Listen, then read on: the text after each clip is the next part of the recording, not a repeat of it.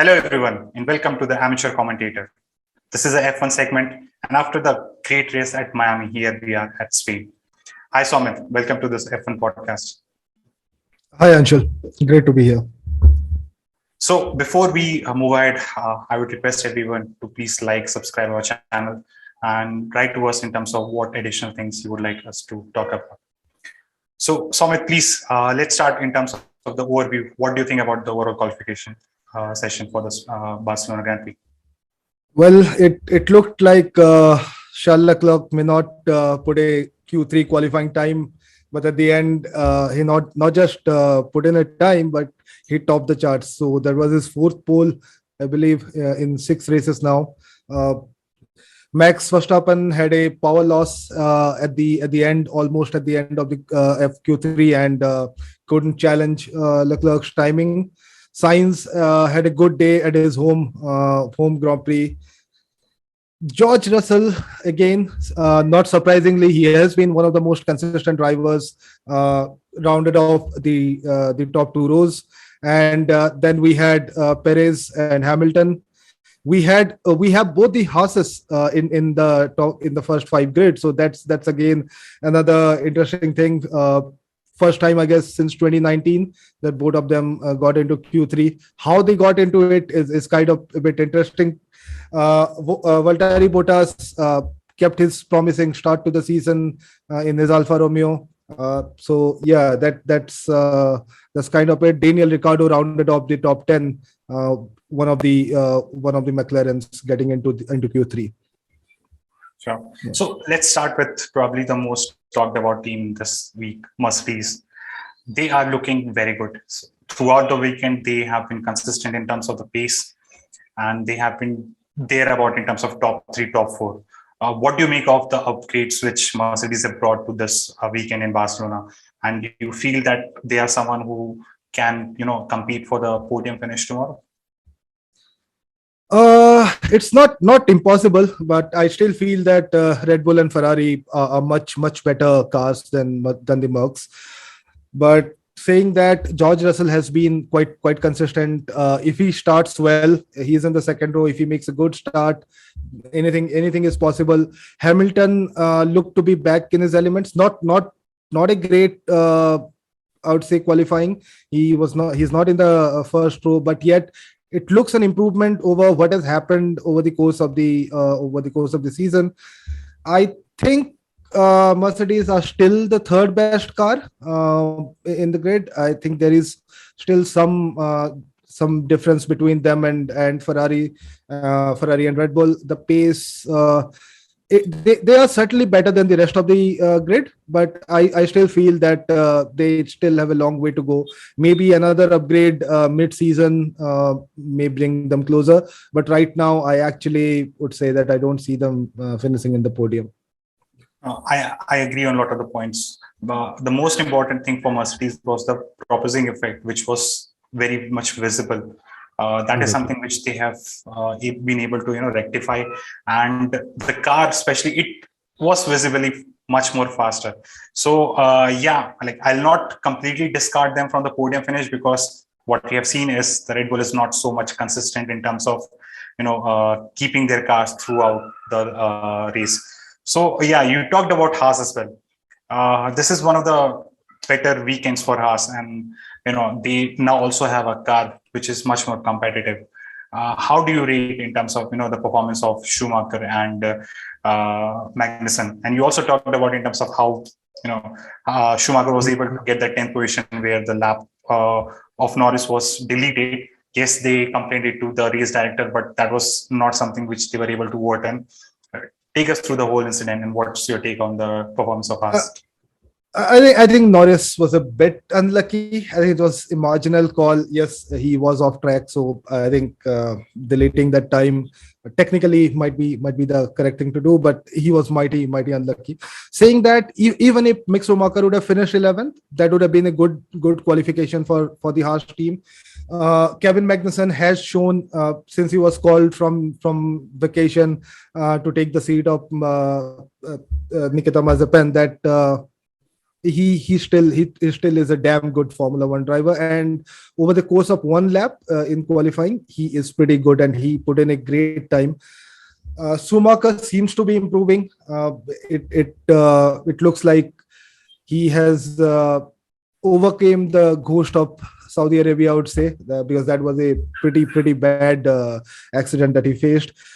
I think he's improving. He has never been a good. I mean, in terms of qualification, if you look at his F2 career as well, he's not someone who has won a lot of pole positions at that level as well. So I think, but he's improving. It looks like we could have a good driver. I mean, Ferrari would be hoping that he improves faster because they hedge a bet on him. Magnussen, I think, has been one of the most consistent drivers.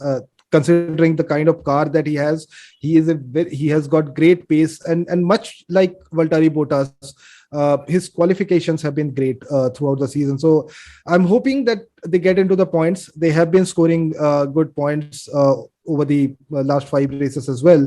So I'm hoping. Do I see a double pointer for them? Not sure. I'm not sure, but Mick looks like he's improving. So yeah, as someone who likes both Magnussen and Schumacher, and I hope that they finish in the points, both of them. But let's see how what's in store in the races. But that was a good qualification for both of them. Yeah. After the Australian crash, Sainz was required to take the new engine. Now this weekend, Leclerc got the engine with a lot of upgrades as well, what Ferrari were able to do before this. And the difference in terms of the power was visible, where although Sainz was doing quite well, but Leclerc had the upper hand throughout the weekend. So do you think that is something which is going to be a factor when we are when come the race day, and the difference in terms of the power, what upgrades Sainz was not able to receive, Leclerc had, and at the same time, when you have 2 Red Bulls, if they are able to make the entirety of the race, that is something which will be a challenge for Sainz driving in his home crowd. Yeah, I mean, well, do I see Carlos Sainz winning a race in Ferrari? I absolutely do. He's damn good driver. He has not been lucky enough in the first few races, but it seems that he has turned a corner. The luck has turned a corner on Carlos Sainz. It will be interesting how he starts tomorrow, because if he has a good start, can overtake Max Verstappen, then it could be a 1-2 finish for Ferrari. So start is going to be important. Saying that, I still feel that Leclerc is a better driver than Sainz. He has a higher ceiling. We have seen that put under pressure, Leclerc makes mistake. Even in Q3, it almost, I mean, the way he was trying to control the steering, the car didn't behave properly, and he spun out, and he could have really not registered a time in Q3. So if Sainz gets over Verstappen in the first few laps and then puts pressure on Leclerc, I don't know, both of them seem to have almost similar cars right now. So yes, it is possible that Sainz could in fact finish ahead of Leclerc, but at the same time, I don't think getting ahead of Max would be that easier. So it could be another Sainz versus Perez fight we would be looking for at 3, although Russell is in between both of them. So yeah, I'm looking forward to how he performs in his home Grand Prix. It has been quite some time that Spain has got a Spanish driver winning the race, and it was quite sad to see Alonso miss out on Q2 because of some mismanagement of timing between the Alpine team, his own race engineers. So I guess the crowd would be cheering, so that support would be there with Carlos Sainz. So possibly this could be the race. This could be his race. So coming to your point about Perez, about whom we have not spoken today, do you think the issue which was there in the last race at Miami, Verstappen had the same issue? And if that's the case, are we expecting that Red Bull is going out in this race 100% in terms of the car management, or they still have issues going ahead into the race, and finishing both the cars would be a challenge for them? What is your take on that? Yeah, we have seen throughout the season that whenever Red Bull finishes the race, they are doing pretty well. Both the drivers have got the pace to clock the fastest lap. to win the race. But it has been, consistency has been something that they have been lacking this season. And considering that it's a strong Ferrari team as well, I think Christian Horner would be pretty disappointed if this kind of reliability issue keeps on popping up every time. We saw Max lose power in the final qualification window. We saw that happen to Perez last time as well. Frankly speaking, I'm not sure whether both the cars would be able to finish it. This is a recurring problem. It's not something that has just popped up or that's a one-off thing. So it has been happening. They've not been able to completely eliminate that threat. So I'm hoping that we have a good race. I'm hoping both of them finish, because if both of them finish, then it would be quite an interesting race, because you have both the Ferraris and both the Red Bulls in top 5. You have a McLaren in between them, so it could be quite an interesting race. Mercedes and not McLaren. I keep making that mistake again and again. You have a Mercedes of George Russell in between them. So yeah, I mean, I'm hoping that we have a good race. But am I confident that Red Bull would be finishing? Both the Red Bull cars would be finishing? I don't think so, and I don't think that anyone can say this with confidence that both the Red Bulls will finish, because that problem is persisting. I think it's very important for them to fix whatever issues they have, because you have a world champion driver driving for your car, and if he's not able to compete with the other drivers because of the issue of the car, that is something which we as a fan would not like to see. Now, talking about pole position, 80% of the races have been won by the pole sitter. Do you see that is happening again tomorrow in the race, or we might have another contender to beat that thing? So we have seen with whatever races that Charles Leclerc have won, he has won it from the pole position. Last time also it was similar in Miami. It was a new track, but he looked good at the start, and then Max caught up with him. Red Bull does have a good straight line speed, are faster than Ferrari, without doubt, in most cases.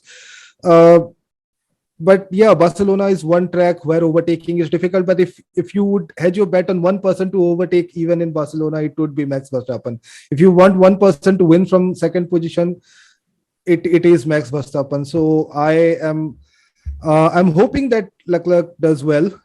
He has a good race, and he has shown that when he's starting from the front, it's difficult for others to catch him except for Max. So, and we have seen that duel between both of them in almost all the races. So it will be interesting to see how Max performs. But again, as we talked about it, the power loss issue is something that could be crippling for them.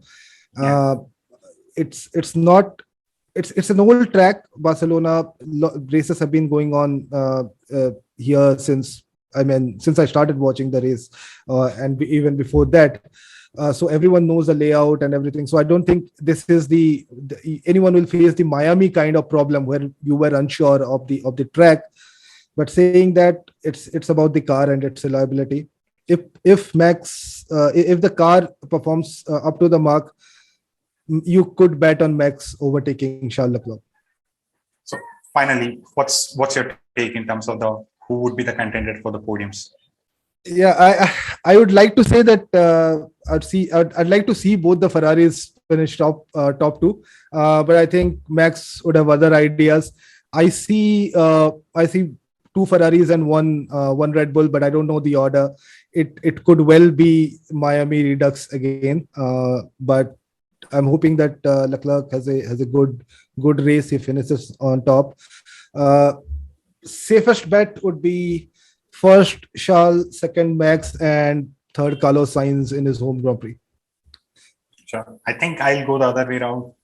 I would say, if again, I'm making an assumption that both the Red Bulls will be able to finish the race, and Perez is not facing the same issue what he did in the Miami Grand Prix. So I'll go ahead and say two Red Bulls and one Ferrari in the top three. What do you think of just wanted to continue? What do you think of George Russell? Do you think he can get a podium here? I mean, he has been consistent. He has been doing well throughout. Do you think Mercedes is at that level where they can actually get into the top three? See, to To be honest, what we have discussed so far is at some races, Russell has been a bit lucky. Now, when he is competing for the podium, my only concern here is still Red Bull and Ferrari are much more faster as compared to Mercedes. Yes, they have been able to close down the gap with all the updates which they have got in Barcelona. If he's able to, extract the same kind of cheap pit stop what he has been able to do in the last couple of races, I would say he has a chance in the podium. But if all the top 5 racers are having a similar amount of pit stop and they're coming out with 1 or 2 tire strategies, I don't think so it will be that much easy for Russell to compete for the top 3. Saying that, again, if there is a virtual safety car or there's a safety car and he's able to bring down the gap of those 20 odd seconds to say 12 seconds, and he's able to reduce that gap in the later part of the race, he will have a very good chance in terms of being the shot in the top 3. I just have a couple of other things that we may actually like to discuss. One is McLaren. Do you think that they are sliding off a bit, or do you think that it's just a blip and they would again be coming back and fighting with Mercedes for the 3rd position right now? Because we are assuming that Red Bull and Ferrari are actually way ahead and Mercedes is next in line. So do you think that McLaren, it was a blip, or do you see this continuing? I don't think it was just a blip. I think the upgrades which Mercedes have brought to the engine, that is also something which we will be able to see going ahead, not probably in this particular race, but going ahead when, even both the McLarens are opting for the new engine, plus all the issues and all the, other aspects of their car, which they are trying to work out. If all those things, are brought together to both the McLaren cars, I think we will have a better picture in terms of how they are performing with all the new upgrades. But based on what we saw yesterday, I think McLaren looks good, at least scoring both the drivers in the points table. That is something which I would say, because yes, Norris was a bit lucky, but he should have been there in the top 10 at least. So I would be surprised if McLaren is not there in top 10, both the drivers after the race. But we'll have to wait and watch in terms of when the upgrades are being transferred to the new engine when they are taking those. I mean, it was a bit bad luck for Lando Norris. I think he deserved to be in the top 10.